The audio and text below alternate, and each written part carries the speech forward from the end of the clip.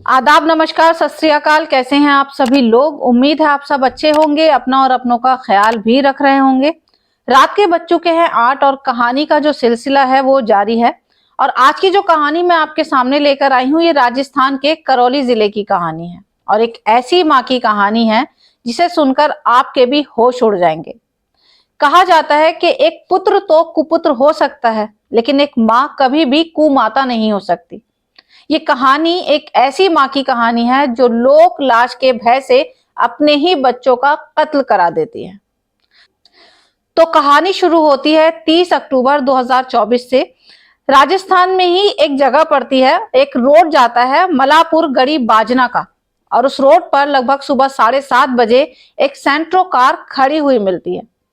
और जब लोग उसके पास से गुजर रहे होते हैं तो उसमें झांक कर देखा जाता है कि आखिर ये कार कब से खड़ी हुई है। ना तो कहीं जा रही है, ना ही इसमें कोई बैठ रहा है, ना ही इस गाड़ी से कोई उतरता हुआ दिखाई देता है। जब बहुत देर हो जाती है और कुछ लोग गाड़ी के अंदर झांकने की कोशिश करते हैं तो लोगों के होश उड़ जाते हैं ये देखकर कि एक लड़का जो फ्रंट सीट पर बैठा हुआ है, खून से लहूलुहान हुआ है, और एक लड़की जो पीछे की सीट पर बैठी हुई है उसके भी बॉडी से खून निकल रहा है और दोनों ही मृत पड़े हुए हैं। अब लोगों में अफरा तफरी का माहौल हो जाता है। वहीं पर करौली की पुलिस को इन्फॉर्म किया जाता है। अब आसपास के जो थाने होते हैं वो भी, और करौली जिले की पुलिस भी उस जगह पर आ जाती है जहां पर गाड़ी खड़ी हुई थी। अब पुलिस अपनी तरह से छानबीन शुरू करती है, गाड़ी को चेक किया जाता है। तो गाड़ी में से कुछ पेपर्स निकलते हैं जो गाड़ी के होते हैं, आरसी निकलती है और एक बीमा होता है। उससे पता चलता है कि जो ये दोनों लोग हैं ये पति पत्नी हैं और ये करौली के रहने वाले हैं। डिटेल मिलने के बाद में छानबीन शुरू की जाती है, घर वालों का पता निकाला जाता है, घर वालों को सूचना दी जाती है। सूचना देने के बाद पुलिस इधर बॉडी को जो है पोस्टमार्टम के लिए भेज देती है। जब बॉडी को पोस्टमार्टम के लिए भेजा जाता है तो पता चलता है कि उसमें एक विकास नाम का लड़का था और एक दीक्षा नाम की लड़की थी। विकास की उम्र लगभग 22 साल थी और दीक्षा की उम्र लगभग 18 साल थी। विकास को 2 गोली लगी हुई थी और जो दीक्षा थी उसकी पत्नी, उसको 1 गोली लगी हुई थी। पोस्टमार्टम को भेज देती है बॉडी जो है पुलिस। इसके बाद जब गाड़ी में से देखा जाता है तो एक मोबाइल फोन भी निकलता है और कुछ प्रसाद निकलता है, और प्रसाद में एक टैग भी रखा होता है जिससे पता चलता है कि ये लोग दर्शन के लिए कैला देवी मंदिर गए थे। और लगभग 3 लोग ये थे, क्योंकि जो फोटोज और कुछ मिले मोबाइल से, जो मोबाइल वहां मिला उसको जब देखा गया तो उन फोटो में विकास और दीक्षा के अलावा एक और बंदा नजर आ रहा था। लेकिन अब कौन बंदा है, कहां से था, क्या फोटो में उसी टाइम पीछे आया था, क्या था, पूरी कहानी जानने के लिए पुलिस और अच्छे से छानबीन शुरू करती है। तो पता चलता है कि जिस रोड पर ये गाड़ी मिली थी वहां से कैला देवी तक लगभग 250 से 300 सीसीटीवी कैमरा लगे हुए हैं। अब पुलिस बहुत मशक्कत करती है, कड़ी मेहनत करती है, पूरे सीसीटीवी की छानबीन शुरू कर देती है। अब जब सीसीटीवी फुटेज देखे जाते हैं तो पता चलता है कि ये बंदा उनके साथ परमानेंट था, यानी कि ये कैला देवी साथ में था, रास्ते में भी साथ में था, और हर जगह जहां जब से ये लोग निकले थे, जहां से भी करौली से और कैला देवी तक, ये जो लड़का इनके साथ पीछे नजर आ रहा था, तीसरा शख्स, वो बराबर इनके साथ था। अब पुलिस की यहीं से सुई आकर इस आदमी पर टिक जाती है कि जब 2 लोग मरे हुए हैं गाड़ी में तो तीसरा बंदा कहाँ गया। घर वाले इधर आ जाते हैं, घर वालों से पूछताछ की जाती है तो पता चलता है वो तीसरे शख्स का नाम चमन खान होता है, जो गाड़ी का ड्राइवर था, यानी गाड़ी को चला करके ले गया था। अब चमन खान को पुलिस पकड़ कर ले आती है। जब चमन को पकड़ कर लाती है तो पता चलता है कि चमन भी करौली का रहने वाला है और वो एक ड्राइवर है जो गाड़ी चला रहा था विकास की। पहले तो वो इधर उधर की बात घुमाता है, उसके बाद जब कड़ी पूछताछ उसके साथ की जाती है तो वो एक और नाम का खुलासा करता है, और वो नाम होता है राम वर्णन का। अब राम वर्णन कौन है, पता चलता है कि जो मृत लड़का था यानी विकास जो था उसका मामा लगता है राम वर्णन। राम वर्णन के कहने पर ही विकास की और दीक्षा की हत्या की गई। अब जब ये बात सामने आती है तो राम वर्णन को भी गिरफ्तार कर लिया जाता है। दोनों से सामने सामने बिठाकर पूछताछ करती है पुलिस। दोनों से जब पूछताछ करती है तो पता चलता है कि इस खेल का मास्टरमाइंड कोई और ही है। और जब वो नाम निकलकर सामने आता है तो पुलिस भी हैरान हो जाती है ये सोचकर कि जो माँ 9 महीने अपने पेट में एक बच्चे को पालती है, जो 100 दुख दर्द झेलती है, अपने आंचल में अपने बच्चे को संभाल कर रखती है कि उसके ऊपर कोई बुरी बला ना आ जाए, उसके ऊपर कोई खरोच ना आ जाए, वही माँ अपने बच्चों की कातिल है। यानी माँ के कहने पर, जिसका नाम ललिता होता है, ललिता देवी के कहने पर भाई ने अपने भांजे का कत्ल किया और अपनी बहू का भी कत्ल किया। यानी बहन के बेटे और बहू का कत्ल मामा ने करवाया। मामा ने भी गोली चलाई और साथ में चमन खान ने भी गोली चलाई। तो बात शुरू होती है जनवरी 2024 से। विकास की शादी कराई जाती है 10 जनवरी 2024 को। और शादी कराने के पीछे रीजन ये था कि जो विकास था उसके अपने ही गांव की लड़की के साथ कुछ अवैध संबंध थे और काफी टाइम से थे, जिसकी चर्चा लोगों के कानों तक पहुंच गई थी और लोगों से माँ के कानों तक पहुंच रही थी। और माँ को लग रहा था कि मेरी दिन ब दिन बदनामी उड़ रही है, वो लड़की भी सही नहीं है जिसके साथ ये संबंधों में है। वो लाख कोशिश करती है अपने लड़के को समझाने की, विकास को, लेकिन विकास मानने को तैयार ही नहीं होता। और इसी तरह से ये रिश्ता इनका चलता आ रहा था।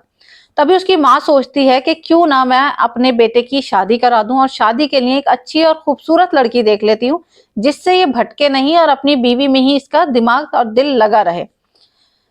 कुछ टाइम तक रिश्ता देखा जाता है और एक अच्छी लड़की मिल भी जाती है जिसका नाम दीक्षा होता है। दीक्षा देखने में भी खूबसूरत थी और पढ़ी लिखी लड़की थी। दोनों की शादी करा दी जाती है। लेकिन शादी कराने के बाद भी जो विकास था वो उस लड़की से मिलना जुलना नहीं छोड़ता है। उसके साथ पहले जैसे ही संबंध विकास के होते हैं। अब माँ ये सोचकर परेशान हो जाती है कि मैं बहू से क्या कहूंगी। मैंने तो शादी भी इसीलिए कराई थी कि मेरा बेटा सुधर जाए, मेरे बहू के पास रहे। वो अपनी बहू से इस संबंध में बात करते हैं तो पता चलता है कि बहू भी जानती है कि उसके पति का अवैध संबंध है। और इतना ही नहीं, जिस बहू को वो ये सोचकर लाती है कि मेरे बेटे के साथ ये अच्छे से जिंदगी गुजारेगी, उसको भटक के रास्ते से वापस ले आएगी, पता चलता है कि उस बहू का भी किसी और लड़के से अवैध संबंध है।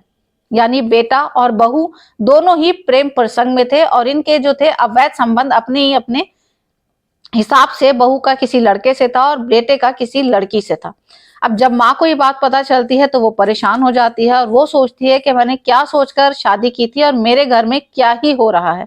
अब माँ की परेशानी का सबब ये भी था कि उसके देवर की बेटी यानी ललिता के देवर की बेटी ने भाग कर शादी कर ली थी इन्हीं चक्करों में। यानी अवैध संबंधों के चलते वो घर से भाग गई थी और उसने अलग बिरादरी में शादी कर ली थी, जिसके चलते बहुत बदनामी हुई थी घर वालों की। इसी के डर से ललिता देवी को भी यही डर था कि मेरे भी घर में ऐसा ही कुछ ना हो जाए, जिसके चलते उसने विकास की शादी कराई। और शादी के बाद भी पता चलता है कि दोनों ही जो बच्चे होते हैं यानी बहू और बेटा दोनों ही अलग अलग प्रेम प्रसंगों में कैद हैं। लाख मनाने की कोशिश की जाती है विकास को भी और दीक्षा को भी, लेकिन दोनों माँ की बात को अनसुना कर देते हैं और अपने अपने जिस रास्ते पर चल रहे थे उसी रास्ते पर चलते रहते हैं। जब माँ बहुत परेशान हो जाती है तो वो अपने भाई को बुलाती है रामवर्णन को और उसको पूरी बात बताती है। और वो कहती है कि अब मुझे जो है इन दोनों को ही हटाना है रास्ते से। ये दोनों रहेंगे तो मेरी बदनामी होगी, जिससे मैं समाज को मुंह दिखाने के लायक नहीं रहूंगी। तो दोनों मिलकर प्लान बनाते हैं कि क्यों ना इन्हें नदी में ले जाकर के डुबोकर मार दिया जाए। सबको लगेगा कि नहाने गए थे और डूबकर मर गए हैं। फिर रामवर्णन कहता है कि ठीक है, या तो हम इस तरीके से इनको रास्ते से हटा सकते हैं या फिर एक गाड़ी से इसका एक्सीडेंट करवा देते हैं दोनों का, ताकि दोनों की एक्सीडेंट में मौत हो जाए और हमारे ऊपर नाम भी नहीं आए और काम भी हो जाए। लेकिन दोनों ही चीजें फेल नजर आती हैं, दोनों ही प्लान फेल हो जाते हैं। ना ही डुबोने वाला प्लान उनका काम होता है, ना ही गाड़ी का, क्योंकि विकास को गाड़ी चलानी नहीं आती थी। तभी उसका मामा क्या करता है कि एक सेंट्रो पुरानी गाड़ी खरीद लेता है और खरीदने के बाद विकास को चलानी सिखा देता है। अब चलानी और विकास को गाड़ी जो दिलवाई ये भी साजिश के तहत ही था। अब दोनों को ही सेट किया जाता है, यानी विकास को भी और दीक्षा को भी, कि क्यों ना तुम कैला देवी मंदिर होकर आओ, वहां पर मन्नत मांग कर आओ, प्रसाद लेकर आओ, ताकि हमारे घर की जो परेशानियां हैं ये दूर हो जाएं। साजिश के हिसाब से 30 अक्टूबर का दिन तय किया जाता है और 30 अक्टूबर को दीक्षा और विकास अपने ड्राइवर चमन को लेकर के निकल जाते हैं। और रामवर्णन ने चमन को भी इस प्लान में शामिल किया था और उसको कहा था कि जब तुम कैला देवी से वापस लौटो तो इस हिसाब से वापस लौटना कि रास्ते में देर हो जाए। और जो एक जंगल पड़ता है, जो मलापुर गाड़ी बाजना का रास्ता पड़ता है, 2 किलोमीटर दूर वहां से जंगल पड़ता है, वहां पर तुम गाड़ी रोककर इन दोनों को शूट कर देना। वो एक कट्टे का भी इंतजाम करता है और चमन को दे देता है कि तुम्हें ये काम को अंजाम देना है। इधर चमन गाड़ी लेकर निकल जाता है और कैला देवी पहुंच जाते हैं। कैला देवी में आराम से दर्शन करते हैं, प्रसाद लेते हैं, घूमते हैं। घूमने फिरने के बाद फोटो सेशन करते हैं, काफी सारे फोटो खिंचवाते हैं। उसके बाद दोनों चल पड़ते हैं वापसी के लिए। जब वापसी के लिए चल पड़ते हैं तो लगभग रात के 12 साढ़े 12 बजे चमन जो होता है वो विकास को मारने की कोशिश करता है, लेकिन उसकी हिम्मत नहीं होती, वो गोली नहीं चला पाता। तभी वो विकास से कहता है कि एक काम करो, अब गाड़ी तुम चलाओ थोड़ी दूर, मैं थक चुका हूं, मैं इधर कंडक्टर सीट पे बैठता हूं और तुम अब गाड़ी लेकर के चलो। विकास जैसे ही ड्राइविंग सीट पर आकर बैठता है तभी चमन गाड़ी से उतर जाता है। इधर चमन ने पूरी लोकेशन रामवर्णन को भेज दी थी और रामवर्णन भी उनके पीछे पीछे उसी लोकेशन पर आ गया था जहां पर चमन ने गाड़ी को रोका हुआ था। यानी ये मलापुर गड़ी बाजना का रोड होता है, उससे कम से कम 2 किलोमीटर दूर अंदर जंगल का कोई रास्ता होता है जहां पर वो गाड़ी रोक कर खड़ा हुआ था। तभी रामवर्णन भी आ जाता है और रामवर्णन कहता है कि ठीक है, इसके ऊपर गोली चलाओ। अब विकास थोड़ा सा घबरा जाता है, इतने विकास कुछ कर पाता तभी रामवर्णन और चमन उसके ऊपर गोली चला देते हैं। 2 गोली विकास को मारी जाती है और 1 गोली दीक्षा को मार दी जाती है। जब दोनों के गोली लग जाती है, दोनों अधमरे होते हैं, तो दोनों ही वहां से भाग जाते हैं। यानी चमन और रामवर्णन विकास और दीक्षा को उसी हालत में छोड़कर वहां से भाग जाते हैं और उनको लगता है कि काम हो गया, अब हमारे ऊपर कोई शक नहीं करेगा। इनको लगेगा लोगों को कि लूट के चक्कर में वारदात को किसी ने अंजाम दिया है। उनका जो सामान होता है थोड़ा बहुत वो भी निकाल लिया जाता है, ज्वेलरी वगैरह, लेकिन फोन वहीं रह जाता है और जो प्रसाद वो मंदिर से लाए थे वो भी नहीं उठाते, ना ही गाड़ी के पेपर निकाले जाते हैं। जब पूरा मामला पुलिस के सामने आ जाता है कि किस तरीके से एक घटना को अंजाम दिया गया, इधर जो ललिता देवी होती हैं उन्होंने भी ये बात कबूल कर ली कि मैंने ही अपने बच्चों को मरवाया है अवैध संबंधों के चलते, लोक लाज के भय से। तो पुलिस वाले भी ये सोचने को मजबूर थे कि क्या एक सगी माँ अपने सगे बच्चों को, अपनी बहू को और बेटों को इतनी दर्दनाक मौत दे सकती है, वो भी क्या लोक लाज के भय से। क्या ये मामला एक बार बात करके सुलझाने वाला नहीं था? क्या अपने बेटे को और बहू को बिठाकर बात नहीं की जा सकती थी कि अब तुम एक परिवार हो गए हो, तुम्हारा अपना परिवार है, इसको आगे बढ़ाओ, जो होना था हो गया, उसको भूल जाओ। लेकिन किसी भी पक्ष ने बात करने की कोशिश नहीं की, ना ही विकास ने, ना ही साक्षी ने, ना ही उसकी माँ ने। और अंजाम क्या हुआ कि 2 लोग, एक बेकसूर लोग, एक ऐसी हत्या के, एक ऐसी साजिश के शिकार हो गए जिसमें उनका कोई कसूर ही नहीं था। तो अवैध संबंधों का जो अंत होता है वो बहुत ही भयानक होता है, जिसका रूप हम इसी तरह देखने को मिलता है। या तो आपकी हत्या कर दी जाती है या आपको जलाकर मार दिया जाता है। जो भी हो, आपको जान देकर के ही इसका भुगतान करना पड़ता है। तो आज की कहानी में सिर्फ इतना ही। अगर ये कहानी आपको अच्छी लगी हो तो चैनल को सब्सक्राइब करें, लाइक करें, कमेंट करें और शेयर करना बिल्कुल भी ना भूलें। कल फिर आपसे एक नई कहानी के साथ मुलाकात होगी, तब तक के लिए गुड नाइट।